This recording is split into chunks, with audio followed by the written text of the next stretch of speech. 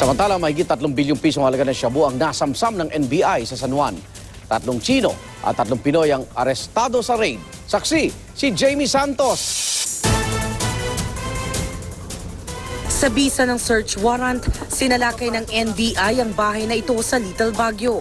Base sa impormasyong natanggap, ginagawa itong warehouse ng iligal na droga. Nang pasukin, 2 Chinese national ang nadatnan. Halos 60 traveling bag na may lamang hinihinalang shabu ang nakumpiska. Ang isang bag may 10 kilo ng shabu. Ayon sa NBI, humigit kumulang 6 na milyong piso ang street value ng shabu sa kada bag. Imagine kung ito'y nailabas nila, gaano karaming mga bata mabibiktima nito. Sa Green Hills, isang kotseng may sakay na isa pang Chinese national at 3 Pinoy ang na-intercept.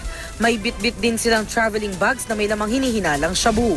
They were interdicted somewhere in Green Hills.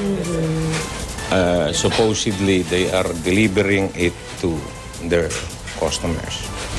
Hindi sumasagot sa anumang tanong ang unang 2 Chinese national na nahuli sa warehouse. Sinubukan naman natin kunan ng pahayag ang 4 pang nahuli pero di tayo pinahintulutan ng NBI. Itutuloy ang inventory sa NBI headquarters. Magkakasa naman ng mga follow-up operation. Ako si Jamie Santos, ang inyong saksi.